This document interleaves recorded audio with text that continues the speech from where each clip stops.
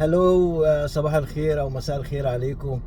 انا معلش كل يوم دلوقتي بعمل فيديو لانه انا نبطش الويكند ده وفي وقت، يعني كانت رايقه شويه العمليه فبنتهز الفرصه. وزي ما انا يعني بحاول ان انا اساعد الناس وشويه نصايح يعني، وبلفت نظرهم لحاجات كتيره بتحصل. خصوصا يعني شعب مصر شعبي، ودول اهلي وناسي وبحبهم طبعا وبحب بلدي، دايما بتمنى لهم الخير.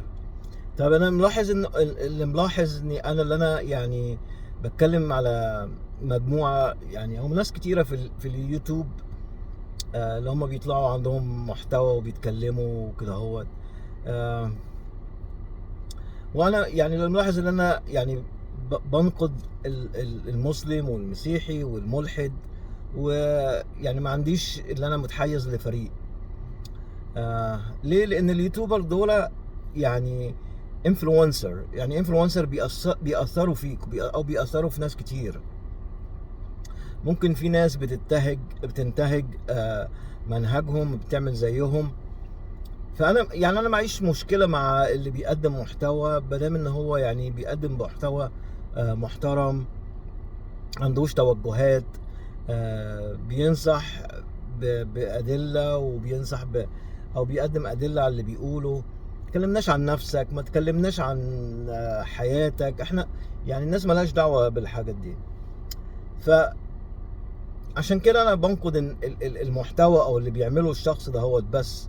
لكن أنا المحتوى فيه محتويات محترمة جدا، ومحتويات ممتازة جدا، وناس يعني أنا ما هاجمت الأستاذ هشام المصري، لا، يعني انا هاجمت حاجه معينه فيه، بس هو فعلا يعني بيقدم معلومات كويسه، بيحضر. كفايه ان هو بيحضر وبيكتب على ورق ومش عارف، يعني مهتم، اللي هو الراجل مهتم، عنده ضمير في اللي بيعمله.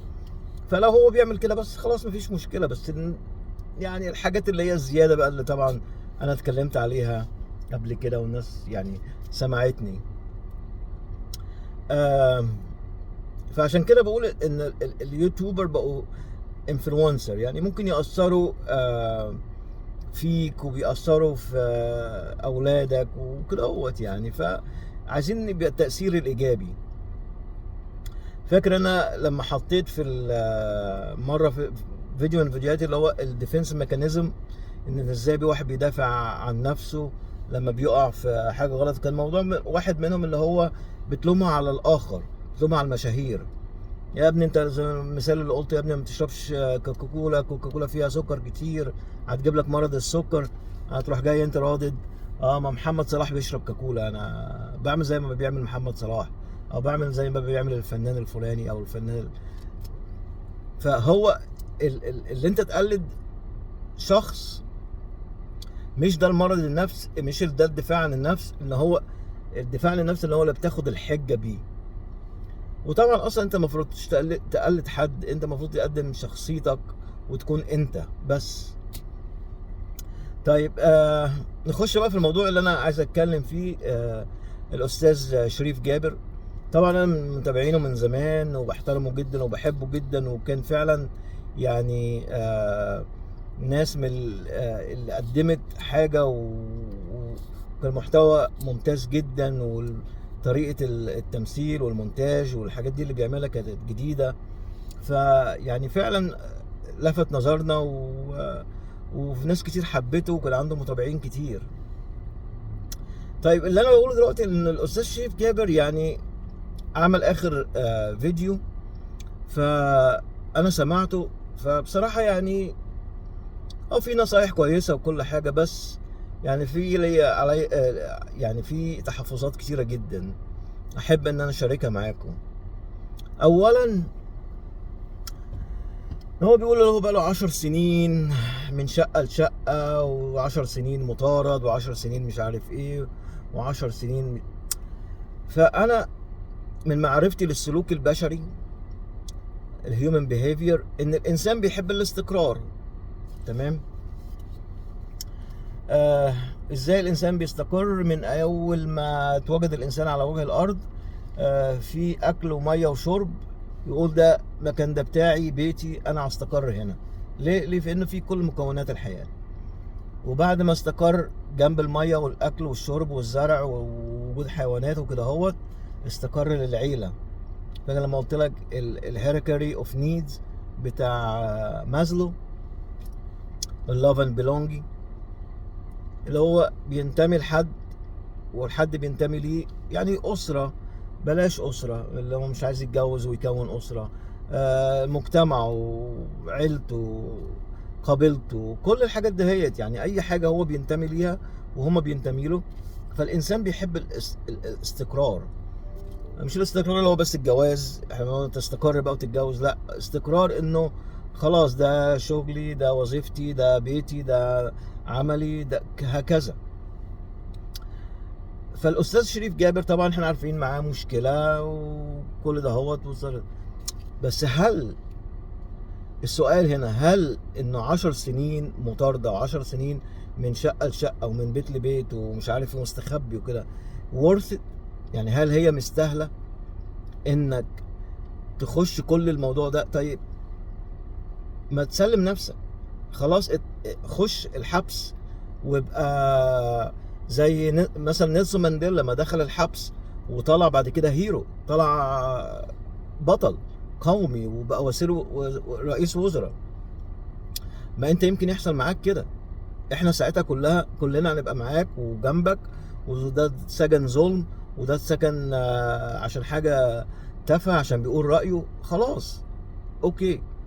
على الاقل المثل المصري، ما ياما في الحبس مظاليم. ما احنا عارفين ان انت مظلوم، خلاص اتحبس يا اخي، خد الحكم عليك وخلص. يمكن زي ما حصل مع اسلام البحيري والرئيس عبد الفتاح السيسي عمل له عفو، ما يمكن يحصل معاك كده. انت ليه بتحب اللي هو موضوع اللي انت بتبقى مطارد ومن بيت لبيت ومش عارف ليه؟ في ايه الموضوع؟ عشان مثلا عليك حكم؟ طيب بلاش ده، هو بلاش الحكم.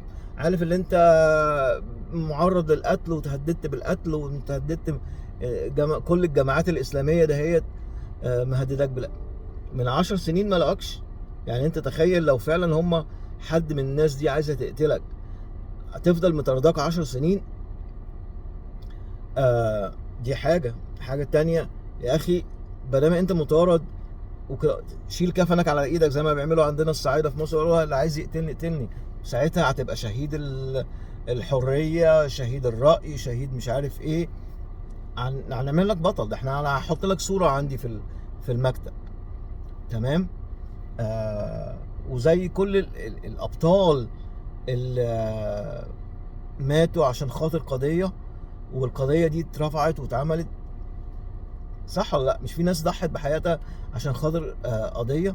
الناس اللي هي كل الابطال اللي عندنا في منطقتنا العربيه اللي هم اتسجنوا وبعدين اتحبسوا واتعدموا، او حد قتلهم غدر،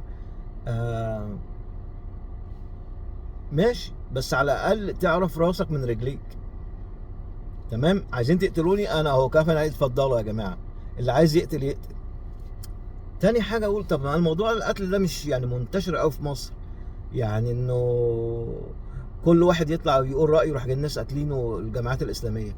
هي ما حصلتش مثلا ايه فرج فوده ونجيب محفوظ الطعن وسلم الموضوع وما ماتش فيها؟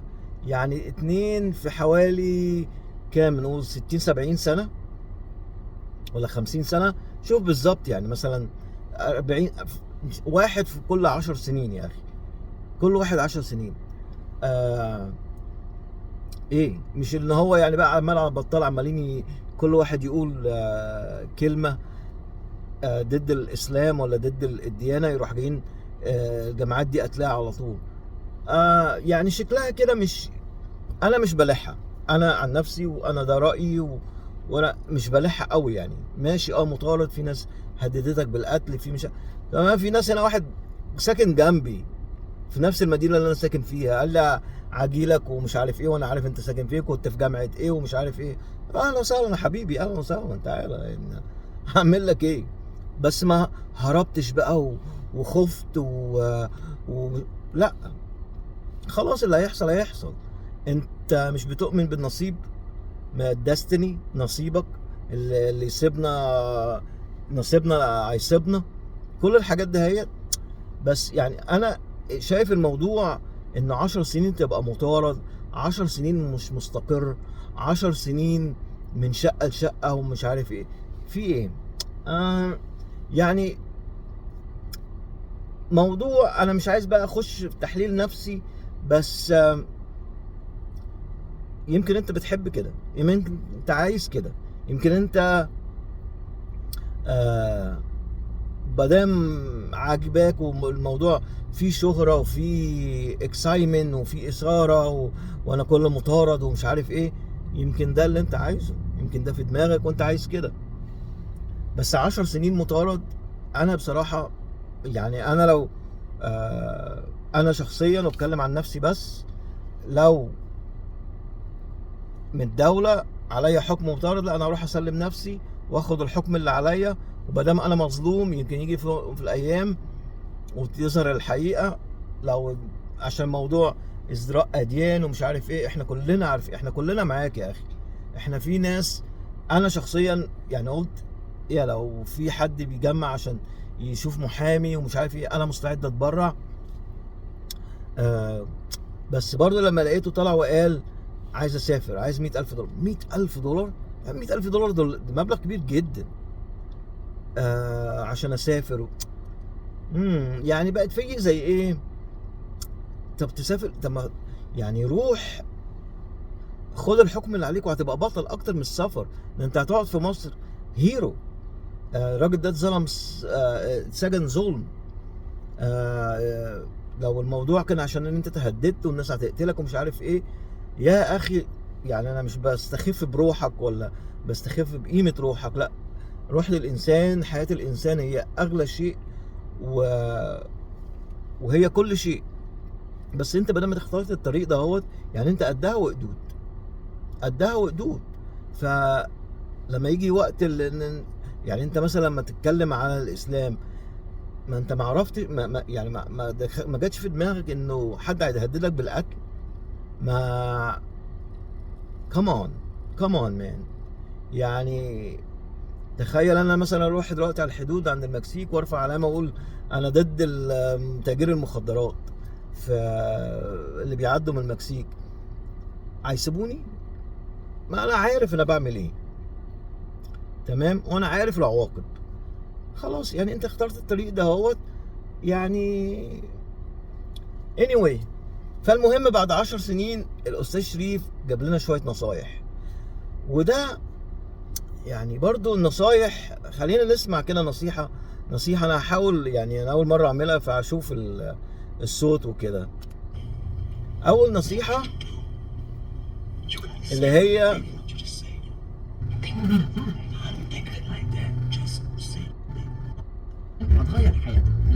طبعا هي موضوع انك تطبق يعني تعمل السرير، تنظف سريرك ومش عارف ايه. انت في ايه ولا في ايه؟ هي طبعا نصيحه كويسه، وانا قلتها في فيديو مش عشان خاطر انت بتنصح نصيحه كويسه يبقى الكل يعملها، او اللي هي مش OCD. فاكر انت لما اتكلمت على OCD اللي هو راجل بيغسل ايده لغايه ما بقت بشره ايده غير بشره، لون بشره ايده غير بشره جسمه، يقول لك لما بغسل ايدي انت متضايق ليه؟ لا بس انت بتغسلها بكميه كبيره، فده بقى سميناه الOCD.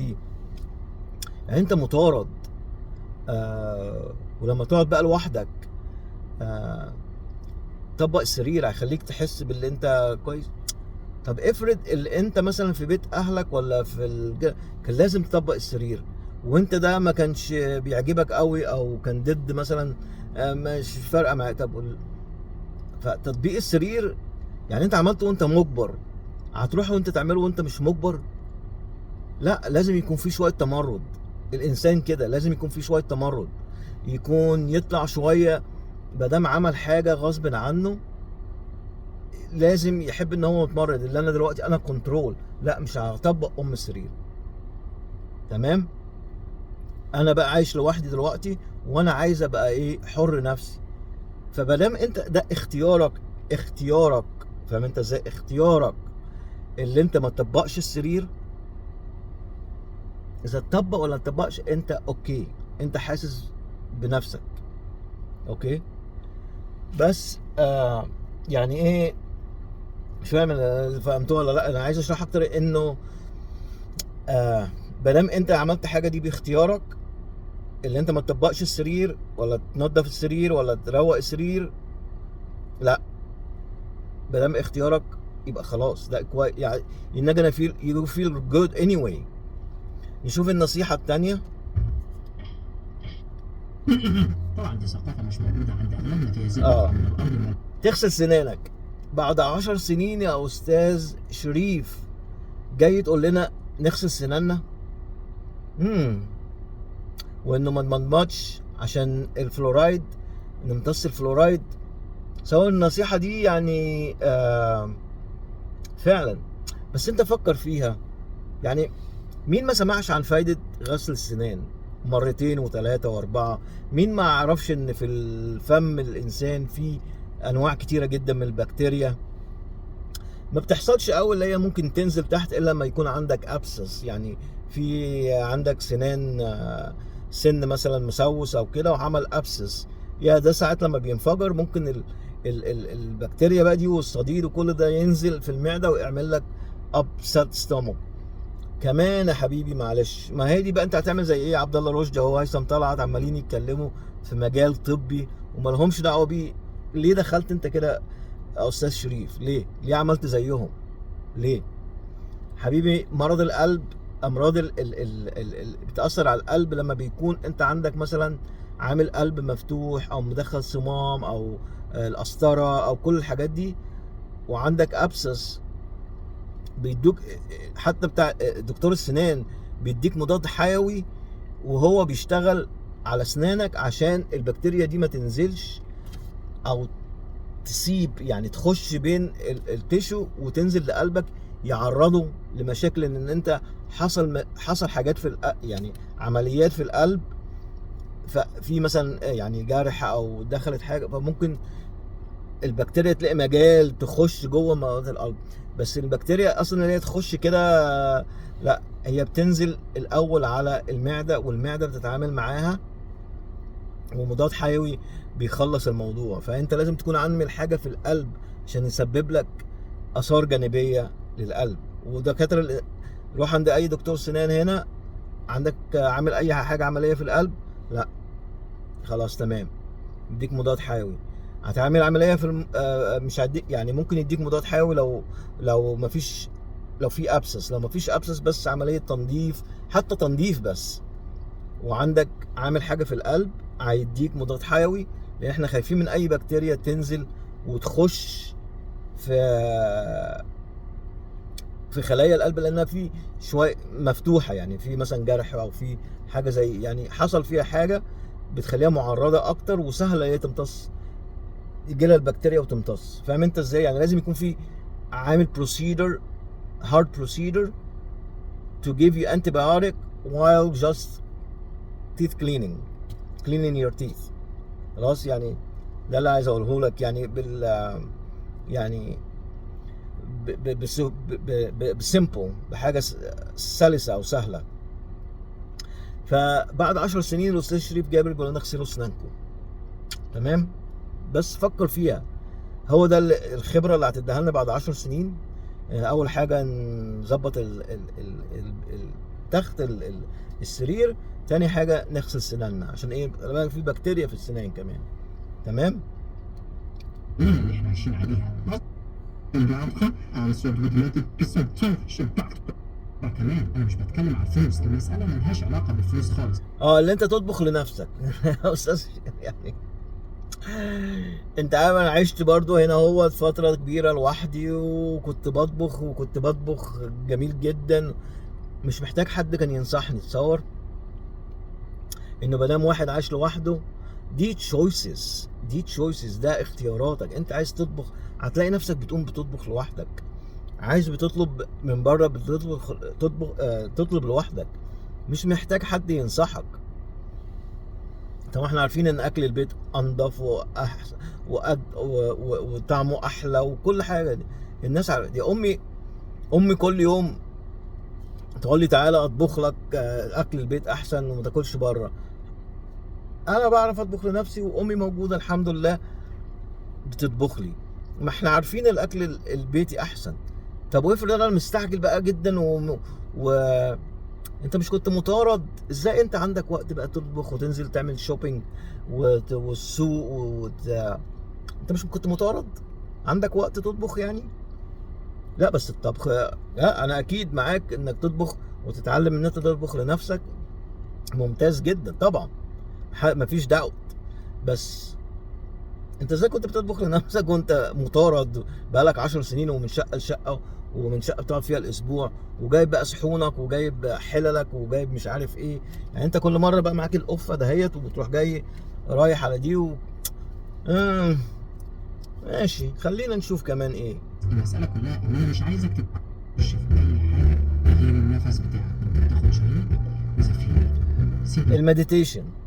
المديتيشن ممتازه جدا. المديتيشن ممتازه جدا. بس المديتيشن ده زي ما هو قال بالظبط، عايزه وقت، عايزه تمرين، عايزه كده. احنا عندنا الوقت ده؟ يعني تخيل دلوقتي انا جالي تليفون المريض عايزني لا استنى اعمل مديتيشن. صعب. بس هي حاجه كويسه جدا، حاجه كويسه جدا. بس انا في الاخر هقول يعني انا ايه الهدف من اللي انا بتكلم فيه؟ اوكي، هي المديتيشن ممتازه جدا. مديتيشن مديتيشن اللي هي بقى الفيدباك كمان، اللي هو مثلا لو الناس احنا بننصح بيها كمان. بس من 20 مريض شفتهم مثلا النهارده وقلت لهم على المديتيشن ديت، كم واحد جاي قال انا عملتها؟ ولا واحد. ولا عمري سمعت حتى انه بقى لي اهو 12 سنه في البيزنس ده و12 سنه بنصح بالموضوع ده، ولا واحد جه قال لي انا عملتها ونفعت او عملتها اصلا خالص. تمام.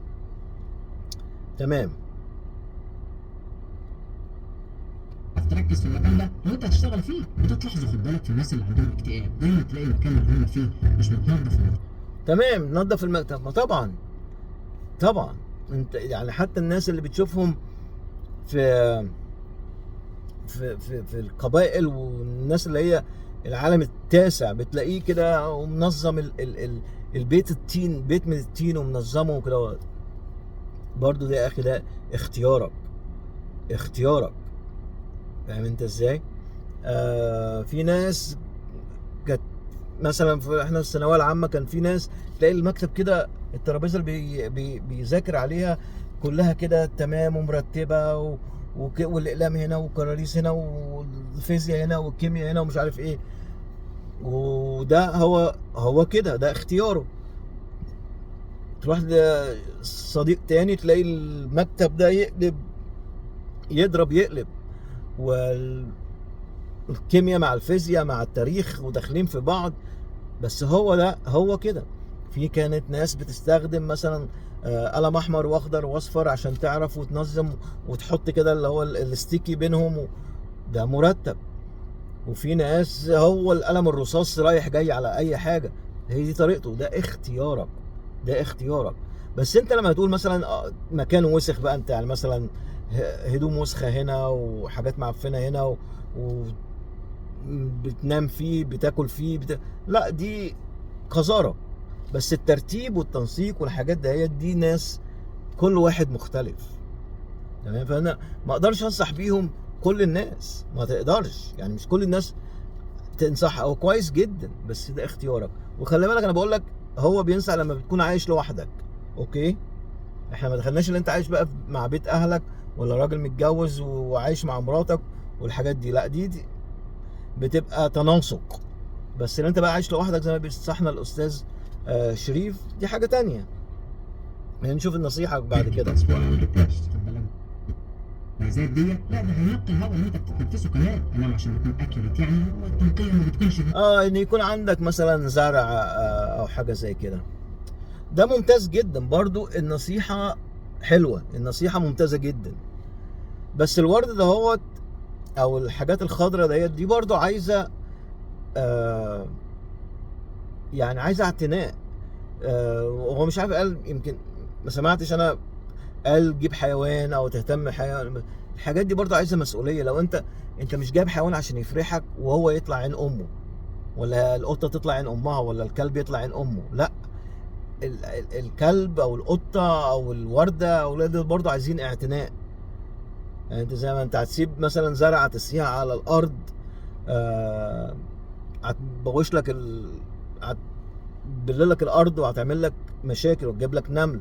فانت لازم تكون عندك اختيارك. انا اقدر اهتم بحيوان، انا اقدر اهتم بزرع، انا اقدر.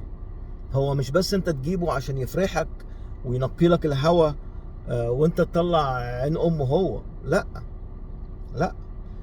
لازم يكون برضو اختيار. انا عندي مسؤولية ان انا يعني مثلا في وقت من الاوقات كان عندي مثلا البيت حديقة حيوان، اولاد بيحبوا الحيوانات كده. بس مين بقى اللي كان بيحس؟ يعني جبنا الحيوانات عشان هم ينبسطوا، بس مين بقى اللي اتحمل المسؤولية كلها؟ الاخذ عند البيطريين، القص ضوافرهم، حاجات عشان ما يجيب لهمش البراغيث والحاجات دي. مين؟ انا اللي طلع عيني. كمان الزرع برضو لازم تسقيه، لازم تشيل منه الحشرات وتديله سماد ومش عارف ايه.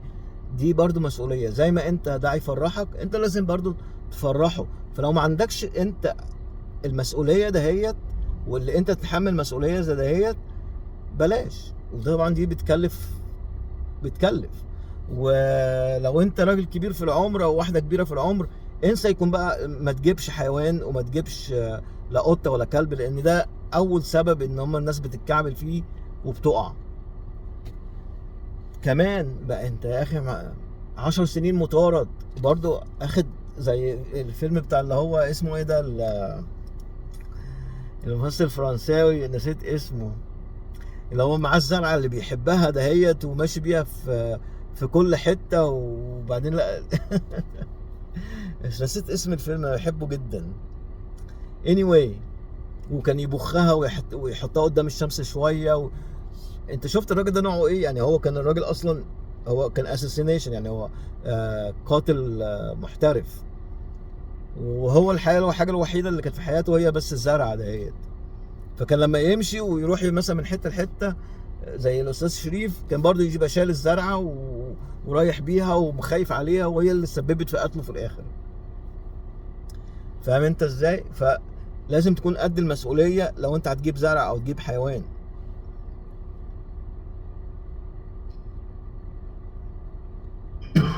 اشرب ميه. اشرب ميه. لا، انا بقول لك ما تشربش ميه. هو عمال يقول لك اشرب ميه كتير، انا بقول لك لا، ما تشربش ميه كتير. لو انت مريض قلب عندك خصوصا congestive heart failure، ما تشربش ميه كتير. بالعكس، احنا يعني في وقت من الاوقات بنقول له بقى ما تشربش ميه خالص. ليه؟ احنا بناخد معظم السوائل زي فلويد من الاكل. يعني انت عملت سندوتش، حطيت عليه عيش، يعني هو في العيش كده مثلا حط عليه خس، طماطم، خيار، مش عارف مخلل، مش عارف، وجبنه وحته البسطرمه، وهذا الساندوتش. الخيار والخس والطماطم والعيش اصلا معطوم ده فيهم ميه.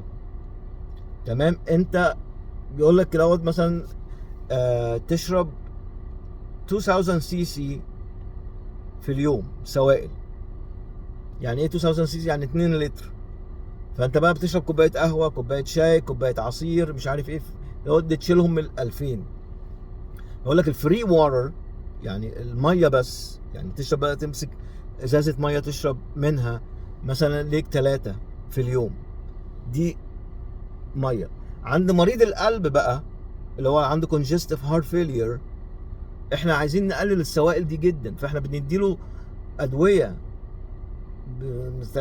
زي الليسكس، زي برشام ميه، ده بيشيل الميه من انا مش بيشيل الميه حرفيا. المريض بيقعد داخل على الحمام يعمل نمبر 1 كذا مره، انا بشيل منه السوائل، لا وبقول له بدل ال 2000 دول خليهم 1500، خليهم 1000.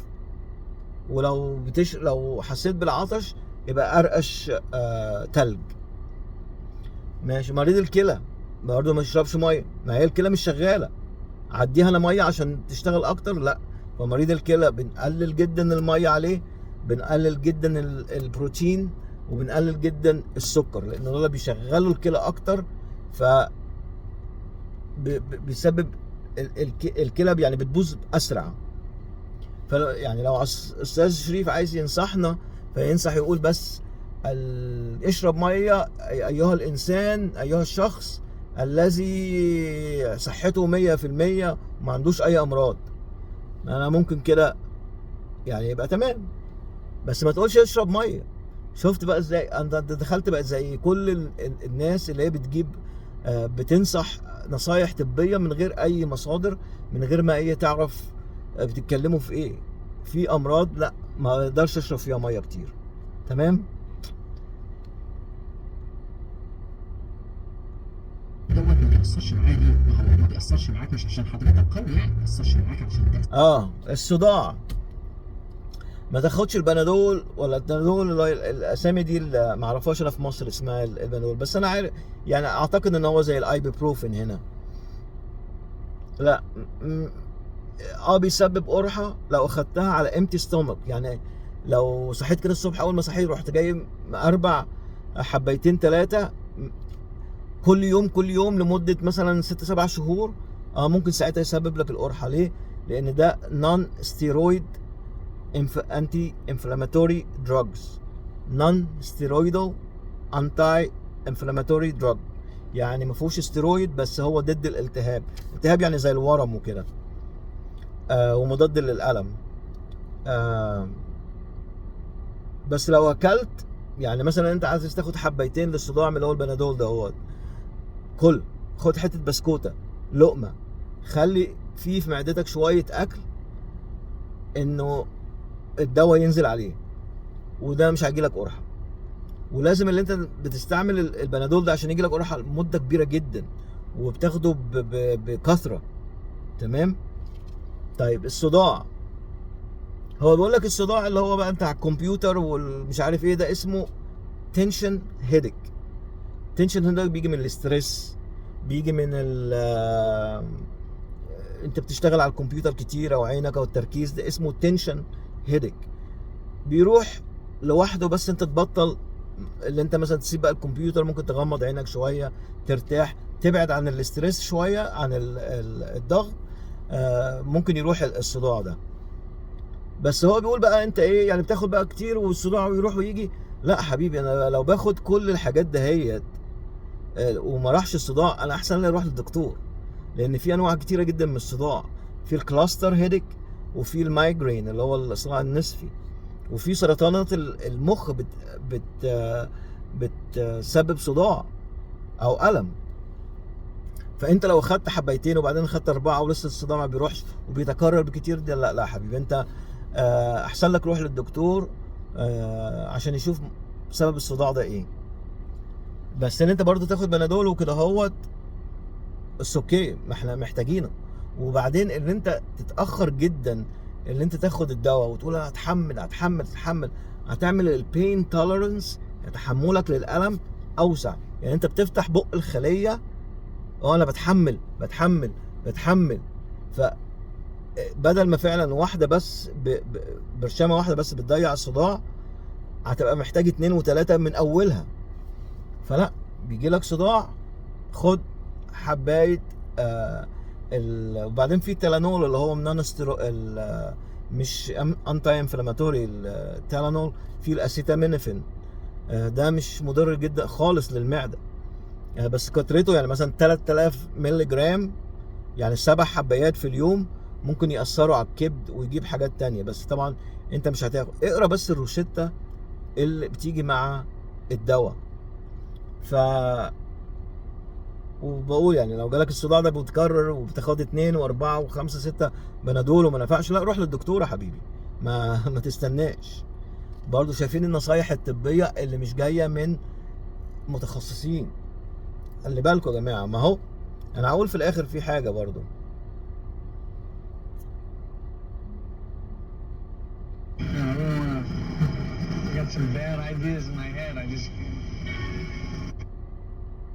طيب هو يعني دي النصايح دهيت، عشان كده انا بقول لك الانفلونسر، فاهم انت ازاي؟ الانفلونسر طبعا انا شفت بعد كده فيديوهات ان شايف النصايح بتاعت الاستاذ شريف جابر جميله جدا وممتازه جدا، وهو ايه وفي الغاز بقى، وهو كان قصدي يقول كده.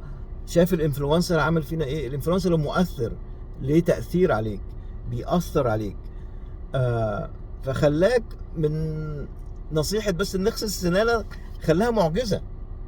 ان مين قالها؟ شريف جابر. يا ابني اغسال السنان ده من اول ما وجد الانسان، انت ما بتعملهاش لان انت كسلان، او ما مش كسلان. معجون السنان والحاجات دي غاليه جدا. يعني انا مثلا في مصر انا اكل واشرب ولا اغسل سناني؟ كنت بنغسلها بالصابونه وخلاص، بس كنا بنغسلها، نهتم فيها وعلى قد ما نقدر. هو ده الانفلونسر. وبعدين بقى تعالى هنا، الحته الاخيره اللي هي بقى البوليس قال لك، واللي هي بتاعه الكونسبيرسي ثيوري، نظريه المؤامره والحركات دهيت. هو في ايه يا جماعه؟ هشام المصري يقول لك انا اعتقلت، كل فيديو يطلع فيه اعتقلت اعتقلت اعتقلت اعتقلت. والاستاذ هشام انا البوليس السري وقالوا لي قال كده وحطوا لي الكهرباء في ودني وعشان اقول الكلام ده. في ايه؟ هي مصر للدرجه دي حصل فيها كده؟ البوليس السري بقى دي انت بس يعني مجرد حاجه اسمها ازدراء اديان يا اخي، مش عارف بياخد سنه ولا سنتين وخش السجن وبقى هيرو. يا اخي خش السجن وابقى اتظلمت واطلع قول انا بص يا جماعه انا خلصت خلاص الحكم اللي عليا، انا دخلت اتظلمت. وصدقني الناس ساعتها هتعمل لك يعني هتحط صورك في بيوتها، ويمكن تبقى تغير انت وضع بسبب انك اتظلمت، اتسجنت ظلم. جرب، ويمكن الرئيس عبد الفتاح السيسي يعمل عفو للناس اللي هي بتقول رايها واتسجنت عشانه. يعني I don't think مش للدرجه دي يعني. مش امال انت بقى لو كنت في مخابرات، ولا كان مسكوك جاسوس، ولا مسكوك بتتآمر على امن الدوله، ولا بتتعمل يعني كان عمل كنت عملت ايه؟ كان اتقال فيك يعني كنت طلعت عملت لنا ايه؟ الكونسبيرسي ثيوري دي. وبعدين الحاجات اللي انت جايبها الافلام اللي هو بيقول المديتيشن ده كان 2 في عصابه، والولد ده قاعد في شقه لوحده وغني جدا ومعاه فلوس كتير وبيعمل بقى المديتيشن لانه فاضي. والتاني ده هو الفيلم التاني بتاع روبرت دينيرو ده كان مريض نفسي. have a lot of ideas in my head. انت جايب لنا امثال الجمله هنا مناسبه مثلا، بس لما تتفرج على الفيلم ايه ده؟ لا مش مناسبه. واللي هو بيتحقق معاه والبوليس قال لي كده، ده كل واحد عفوا يعني بيتمسك في امريكا بيطلع يقول البوليس اللي قال لي قال كده.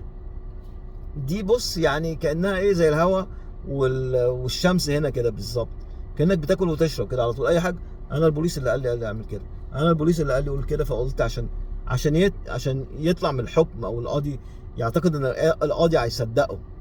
وبنعملها في مصر كمان، احنا بنقول البوليس اللي ضربني وكهربني وقال لي قول كده. صح ولا لا؟ في ايه يعني؟ بقت يعني very very ridiculous. انه واحد يعمل لك اعتقلت كل شويه اعتقلت عشان خاطر موضوع ازدراء اديان، قضيه ازدراء اديان اعتقلت. وخاطر برضه نفس المشكله ازدراء اديان، عاملين لك بقى والبوليس بيكهربك ويقول لك قول كده وما تقولش كده. I don't think so يعني. بصراحه يعني موضوع استاذ شريف جابر بكل حب وكل احترام افورت قوي يا استاذ شريف. خد نصيحه من اخوك الكبير، روح سلم نفسك او وخلص الحكم اللي عليك وشوف محامي يمكن يلاقي لك ثغره. احنا كلنا معاك لو اتظلمت واتسجنت، احنا كلنا معاك، احنا كلنا بنحبك، كلنا هندعمك، كلنا بس بقى ما تافورش كتير قوي كده، يعني بقت ريديكولوس.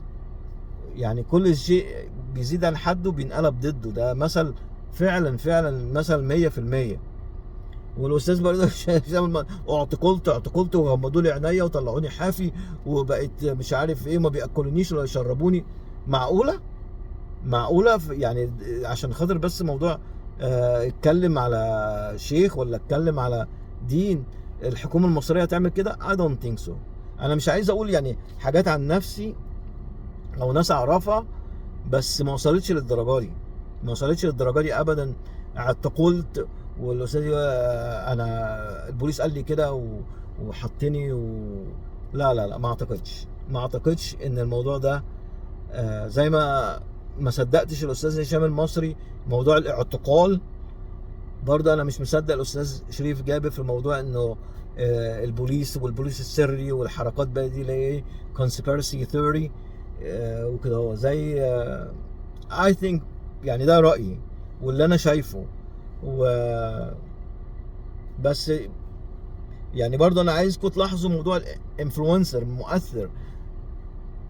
في ناس يعني هو عنده متابعين كتير، واستاذ هشام المصري عنده متابعين كتير، والانتقادات اللي انا خدتها من متابعين الاستاذ هشام المصري يعني برضو فوقتني وورتني ان فعلا اليوتيوبر، الناس اللي بتطلع على اليوتيوب ومقدمين محتويات لهم تأثير، بيأثروا فعلا على عقل المشاهد. ما عشان كده انا ضد ما تأثرش على عقلي. انت عندك محتوى، خلاص اتفضل قول محتواك وانا احبك وامدح فيك طول النهار. في حاجه كمان يا جماعه انا دلوقتي افتكرتها، يعني مثلا الاستاذ شريف جابر عطل الخمس ست سبع نصايح ده، هم اللي اغسل سنانك، حط فرشتك، جيب لك زهره، جيب لك ورده، اشرب ميه، مش عارف ايه. جابت مشاهدات كتير جدا. انا بصيت، انا عملت فيديوهين، واحد عن البيدوفيليا اللي هم البالغين، الناس كبار مش كبار يعني في العمر، يعني الادولتس، ان هم بينجذبوا للاطفال جنسيا، اللي هو بتاع العيال، يعني زي ما بنقول بتاع عيال، انا اسف لللفظ يعني. وعن ال ADHD.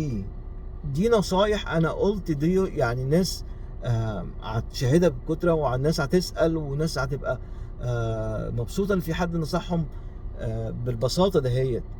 يعني في اللي هو بتاع البيدوفيليا ده جاب اولموست يعني رايح على 200، والاي دي اتش دي جايب لسه 100. في يا جماعه دي نصايح، لو انت اخدت نصيحه واحده من بتوع البيدوفيليا انت انقذت ابنك ولا بنتك من مصايب. يعني انت بص لها كده، اغسل سناني، اتفرج على استاذ شريف جابر بيتكلم على ان اغسل سناني ولا اتفرج على واحد مثلا زيه او 100 غيري بيتكلموا على نصايح ازاي تحافظ او يعني تخلي بالك من اطفالك او ابنك او بنتك او بنت اختك او بنت اخوك، وتحافظ عليهم ان يحصل لهم شر زي ده. هو معقول؟ يعني نصيحة غسل السنان جابت بآلاف المشاهدات، ونصايح ان انا بنصحك ان ابنك او بنتك خلي بالك منهم، او ازاي تتعامل مع ابن او بنت عندهم ADHD. انت اخدت نصيحة واحدة بتحافظ له على مستقبله. انت بتخليه من ممكن تخليه من ان هو يخش السجن ليبقى دكتور او مهندس. معقول؟ احنا للدرجة دي؟ شفت بقى الانفلونسر بيعمل ايه؟ ممكن يخليك تهتم بحاجات تافهه وتتغاضى عن حاجات مهمه جدا.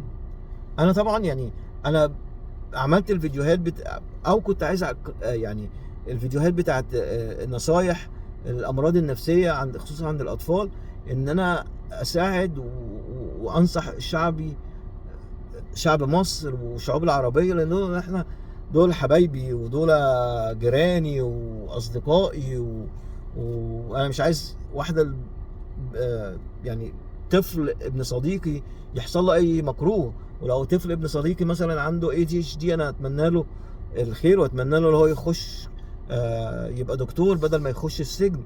ولسه عامل عن الاوتيزم والOCD وكده هو. يعني ليه؟ لان احنا عايزين نهتم باولادنا. بس تخيل انه نصيحة غسل السنان كسبت نصيحة ان تهتم باطفالنا. وده رأيي، وانا اعتذر لو اعتذر مقدما عن اي حد انا انتقدت الانفلونسر بتاعه. وانا عارف ان في فريق هيقول برافو عليك، صح هو كده شريف جابر. انا مش قصدي ان انا انقد شريف جابر لشريف جابر، انا بنقد النصايح اللي طالعه في الوقت ده بالطريقه دي من غير يعني مش في وقتها، مش اللي هي متوقعينها. احنا مثلا انا شخصيا متوقعها بعد 10 سنين. وبرضه بنتقد موضوع الكونسبيرتي ثيوري دي والمؤامره والحاجات دهيت. وبرضه الاقي فريق يعني الفريقين ممكن ينتقدوني وكده، بس انا مش فارقه معايا. انا بقول اللي انا حاسه وشايفه ومقتنع بيه، وبعمل له باك اب بمعرفتي بالDSM-5 بالامراض النفسيه اللي فيه. ف anyway، واتمنى ان اكون فدتكم. والفيديو التاني مع السلامه.